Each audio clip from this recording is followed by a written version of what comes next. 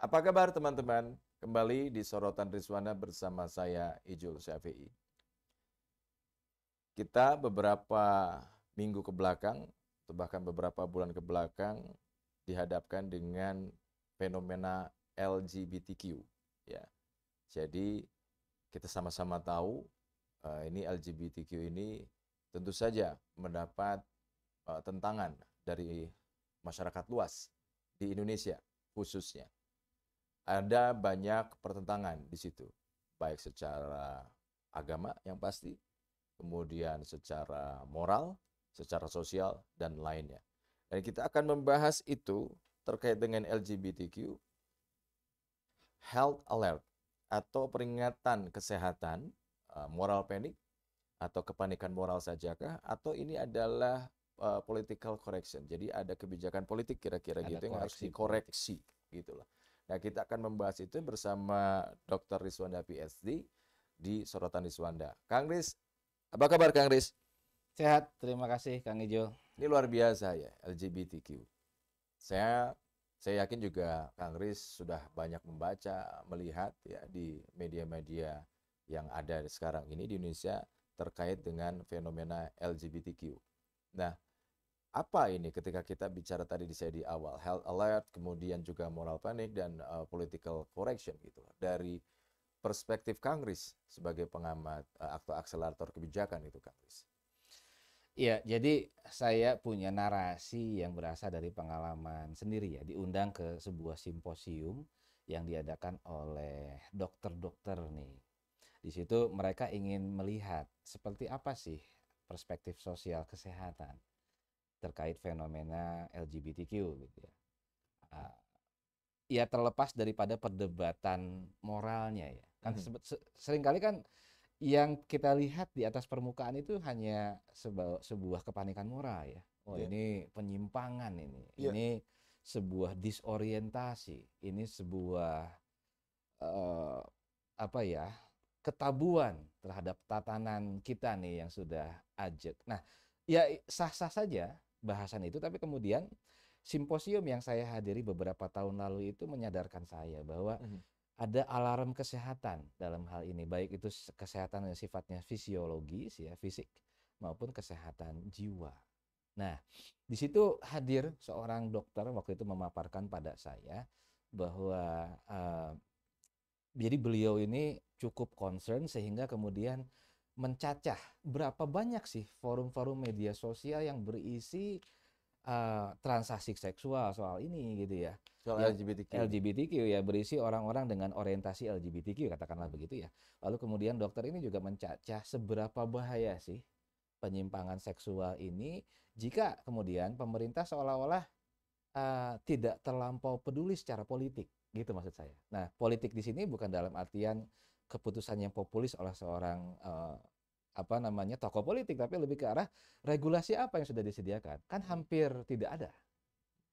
Ya oke lah, Kemenhumkam atau Komnas HAM gitu ya bicara bahwa adalah hak setiap orang untuk kemudian memiliki orientasi gitu dan tapi kan perlu dilihat apakah kita lupa ada gelombang bola salju HIV/AIDS loh di dalamnya. Ini kalau tidak salah kita pernah ngobrol ya Kang Ijul ya soal ada forum anak-anak kecil Ya, yang berisi orientasi penyuka sesama jenis. Ini kan ya, mengerikan gitu ya. ya. Artinya regulasi di sini menghadirkan literasi. Literasi Mhm. ini bukan hanya literasi yang hadir pada selembaran disebar di media sosial, bukan, tapi literasi dalam lingkup formal. Mhm.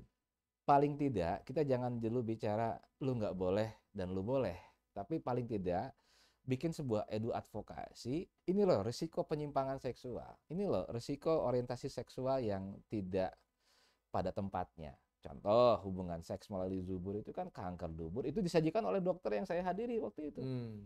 Jadi ada risiko kanker dubur gitu ya.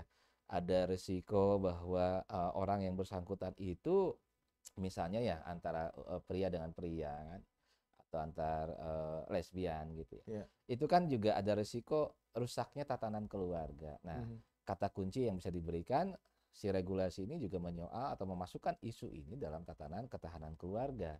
Setelah masuk ke dalam tatanan ketahanan keluarga, regulasi kan juga bisa Kemenkes gitu ya, Ya. bisa lebih serius menafsirkan ini sebagai sebuah isu publik.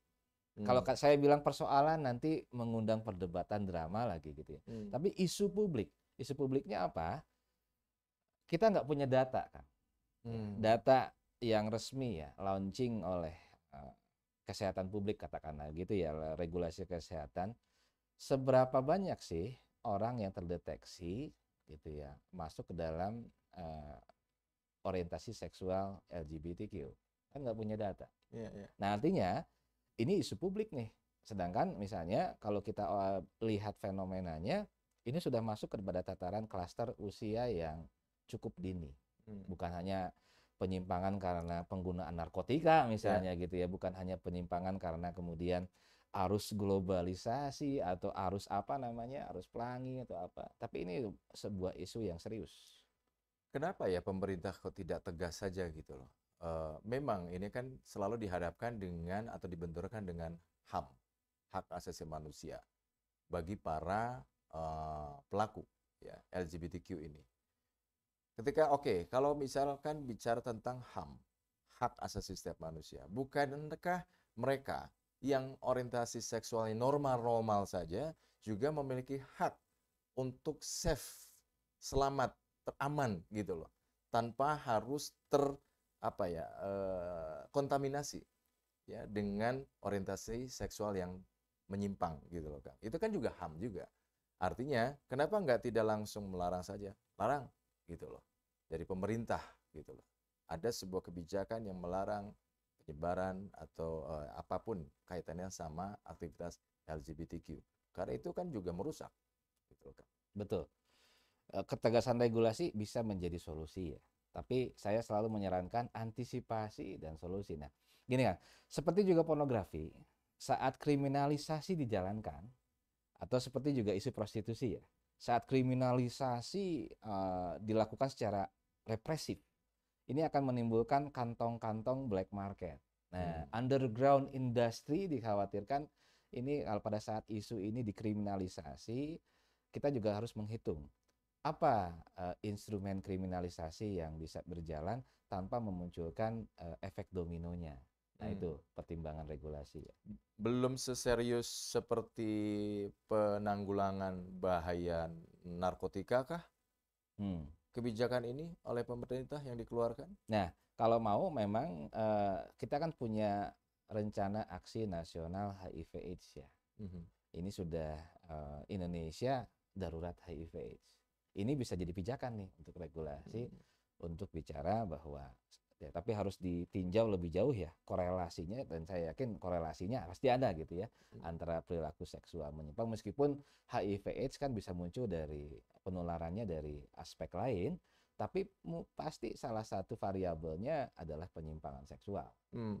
Kalau di penanggulangan penyalahgunaan narkotika itu kan mereka yang bukan bandar, artinya tidak menjual narkoba, hanya pengguna saja, kan masuk di rehabilitasi. Kenapa sih enggak juga misalkan dalam konteks LGBTQ juga seperti itu? Nah, ini yang saya maksud, bahwa legislator harus menganggap ini sebagai isu publik dan diangkat ke dalam isu kebijakan. Jadi kan nanti bisa keluar anggaran untuk rehabilitasi. Ya, kalau tidak mau disebut rehabilitasi, konsultasi lah paling tidak gitu.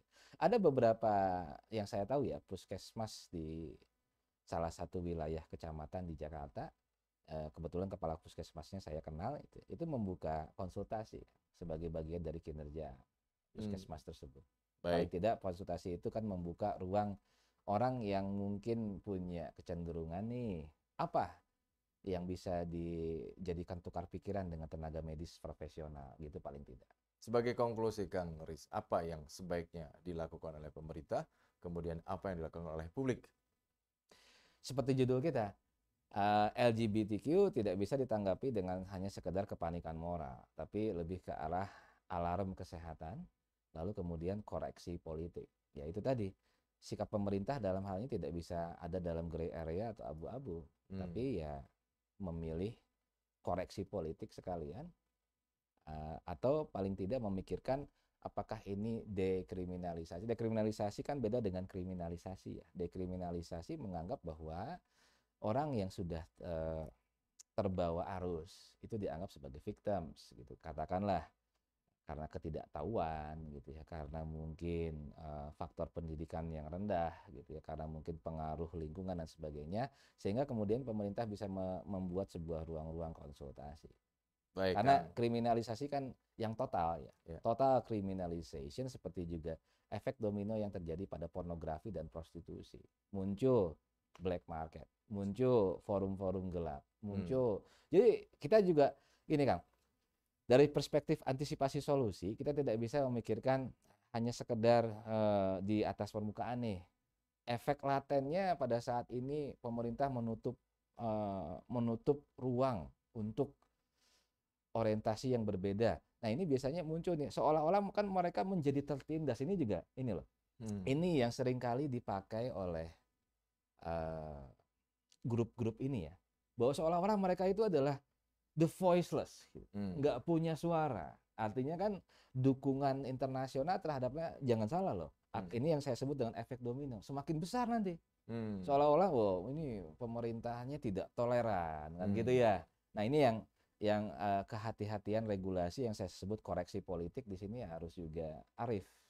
Ya, baik, Kang Riz. Terima kasih, Kang Riz.